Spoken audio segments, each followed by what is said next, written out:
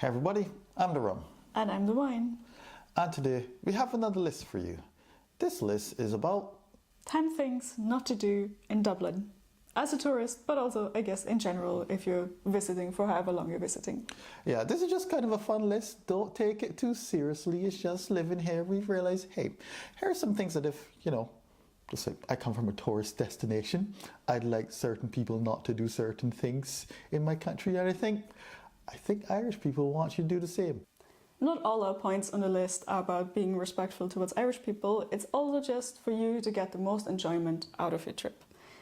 Like with point number 1 on the list, don't let the rain ruin your trip. Sure, Ireland is known for its rain. There are some days where it feels like the drizzle will never end, but most of the time the rain showers pass pretty quickly. Like you'll see there'll be a sudden, the clouds open up and there's a sudden downpour. Everyone sort of scampers for some shade. Wrong country. Shelter, not shade. It's not Barbados. For some shelter, into some shops or under a ledge on a building. Or even under some trees if it's, suddenly hailing. As we've done before. But usually, 5 minutes later, it will probably stop and you can just keep going about your day. So you don't have at the end of your trip to say, oh, I spent my entire day in a hotel because it was raining. It's not going to continue raining most likely all the way through. There's the saying in Ireland that if you don't like the weather, just wait 5 minutes. It's quite likely to change and next thing you know, the sun might even come out. For the next point, it's not just us. Other locals might tell you this, but you don't necessarily need to go to Temple Bar. I know it's a wonderful shot. It's classic, so on like that. But pints are expensive, and even if you have the money to blow for that or want this so-called authentic experience, I don't think it's that all authentic. We've been to, random pubs. We don't really have too much pub recommendations. Whenever we go somewhere new, we kind of look at where the local is and just go there. Actually, one of our most favourite pubs that we had was, what was it? A Hole in the Wall. Was it Kilkenny? Yeah, Kilkenny. Just a little pub that was a hole in the wall. It made for such entertaining time because we basically talked to some of the patrons there. This was pre-COVID, so long ago. We still talk to people, but yeah, a bit of a... Usually, I think based on our pub experience, the mark of a good, authentic pub is if one of the old men in the pub starts talking to you, whether it's a recommendation on the menu or they just start chatting. It's if you have that experience, you're probably in an actually authentic pub. Temple Bar more gives you the authentically tourist marketed kind of experience of you'll probably see a lot of other tourists getting drunk and have some more or less Irish music playing in the background. It's authentic to what some people imagine Ireland is like, but not really what it's actually like. Yeah, we aren't going to stop you. You can go there, be disappointed, then follow our advice and go somewhere else. Next on our list, don't just spend one day in Dublin. I know usually it seems to fit in very easily with trip plans. You come into Dublin because there's the airport and then you just spend the rest of the day there and go about your way to do the Wild Atlantic Way or wherever else you're going to go in Ireland. And then you just have a little bit extra time in Dublin before you fly home. But if you're fine with spending the money on accommodation, it is really worth to stay longer in Dublin. Because, as you just mentioned, Guinness Storehouse, it feels a bit like people have a few places to tick off the list. So, cool, had the Guinness Storehouse, drank a pint in Temple Bar, took a picture on Penny Bridge, and, that's it, that's all of Dublin. And it really isn't. If you look at the videos on our channel, where we also try and showcase more of the different neighbourhoods in Dublin that are not necessarily that touristy, but they're still, highly frequented by the locals because they are essential parts of Dublin.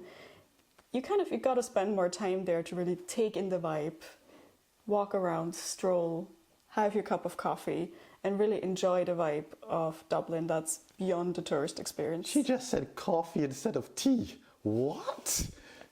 If any of y'all know this lady here is so anti-coffee. I just had to, I'm shot to my system. Wow, she meant tea. She meant tea. Yes, I don't know what happened. We've been staying here in Ireland for 6 years and somehow my brain didn't default to tea as it should have. Maybe I'm an imposter, I don't know. So the next point on the list, this is nostalgic. I remember a video we did, which we got some heat about, well, hey, which areas are dodgy and which aren't, you know? Well, the thing is that on the list now, it's like, hey, watch out for which areas may be dodgy, because a lot of stuff can change in a year and a half. Basically, hey, it may gentrify and not be as dodgy anymore, or, yeah, it could be dodgy AF. What's a good example? It's usually because, like, I used to walk through the city center. I used to get the tourist experience like every evening walking home from work. Well, offices were still a thing back in the day, and you wouldn't believe how quickly, like O'Connell Street or even like Abbey Street, the quays get kind of dodgy the moment it gets dark. Like after 6, they're basically empty. Like I finish work at 6. By the time I reach out there, it'd be like 6:10, 6:15. This is kind of when the sun is kind of setting early, not Yeah. so much as summer, but Yeah, in winter it's definitely dark or it's just sort of twilight, but it's more like it's the emptiness because like as soon as the shopping streets start closing down, the streets empty out, and then there's a bit of a dodge feeling to the area, and that can happen with a few areas in Dublin. It's like it's a good rule of thumb, like anywhere you go, it's like if it's pretty deserted, if you see the locals move through very quickly, if it's kind of dark, not good lighting, probably a little dodge. yeah, it's like walking the beaches at night in Barbados. Sure, they're gorgeous, but if you don't see the locals there, why is you there? The next point on our list we kind of already touched on before, but it's basically don't stick to just the tourist areas. Like venture a tiny bit outside the most immediate city centre. The surrounding districts are really nice. There's a lot of very different vibes you can experience, like in the different parts in Ireland or in Dublin are called villages. So people would say, oh, that's X village, Y village. And it really does feel like each village has its own kind of unique vibe. So it's very fun to just stroll a little bit outwards from the city centre. And of course, there's also other places a little bit further away from the city centre you can discover. Like there's Hove in the north, which is still part of Dublin. Or if you even want to venture a little bit further out on the same train line to the south in the next county over, there's Bray, which is one of our favourite spots. Yeah, and if you're really feeling adventurous, you can go all the way down to Wicklow. Wicklow town, not just county. Yeah, I made the joke about taking the train down to Wicklow, but this, if you don't have a car, is actually a quite interesting way to see more of the city. As you might see in our Best Places to Live video, that's pretty much our main mode of transportation. So going by train, we've visited some cool places, like Dalkey down south there, all the way down to Waterford. All these kind of small towns, towns kind of have a cool different feel, and they're not too far away from Dublin. You can have this as a day trip if you're not venturing over to the west coast. And even just going on the Dart, which is the main train line in Dublin, if you go down south, it takes you straight past the coast and you get beautiful views just literally by sitting on the train. It's like the cheapest sightseeing tour you could do. Next on our list, I've summarised this as a title, Don't Upset Irish People. There's a lot of stereotypes or misconceptions that maybe don't make them like the leading part of your interaction with an Irish person. Like don't ask them what they think about the NHS or if they watch BBC, which if you didn't realise both are British things, and the Republic being independent, people aren't going to have as much of an opinion about because it's not part of their daily lives. Hey, wine. What does it feel like to be German? And that is how you make an Austrian go from very chill to like very angry in a second. And that is also how Irish people will probably feel if you ask them any questions that basically assume that they're English or that being English and Irish is the same. Yeah, that was an authentic reaction. She doesn't know what I was going to ask that. So I see that expression on the face. Think about that. You don't want that expression pointed at you. Next on our list, it might be surprising to you if it's your first time in Ireland, but even though maybe Gaelic or Irish isn't spoken very commonly, it's still, well, you'll probably encounter it in your everyday life. So for example, if you're on the train stops get announced in Irish and English.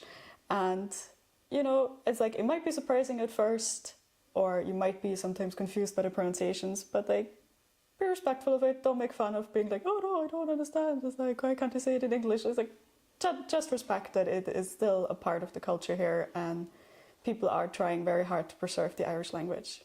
So last on the list is a very random one that's always kind of confused me. So in the city centre, there's the statue of Molly Malone. She's not like a historical person, it's more like a fictional person based from like popular traditional songs. And it's basically a statue of a woman carrying like a cart, and she wears a dress that is rather low cut. And the first thing you'll notice is there's a certain area on her body that is a different colour than the rest of the statue. Cringe. And the reason for that becomes very quickly apparent when you see tourists going up and just grabbing the poor statue's boobs because it supposedly brings luck, and then staring into a camera to happily take a picture of that. And that is just quite cringy. I'm like, don't do that to any statue. Maybe it's a bit weird. Also, locals don't do it. I don't know why tourists believe it's a thing to be done. I've never once seen a local do it. Yeah, this is one of those things that, you know, it's up to you. It's just weird. We've seen it and it's like weird, kind of creepy, and I don't know.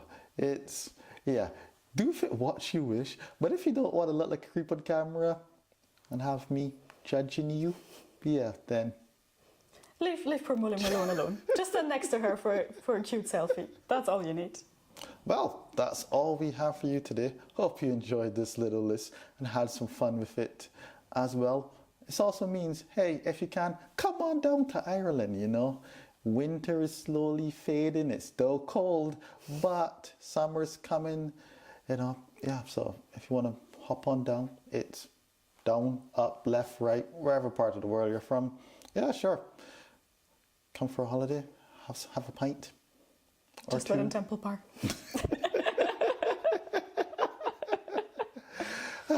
And with that, we've got lots of other videos talking about, you know, Ireland. You know, we're gonna probably go out, see some more things as it gets warmer. I know I keep saying that, but I'm just waiting for it to get warmer and it won't do it. Anyways, we'll see you later. Be sure to subscribe, like the video if you know, haven't already. And we'll see you next time. Bye. Bis später.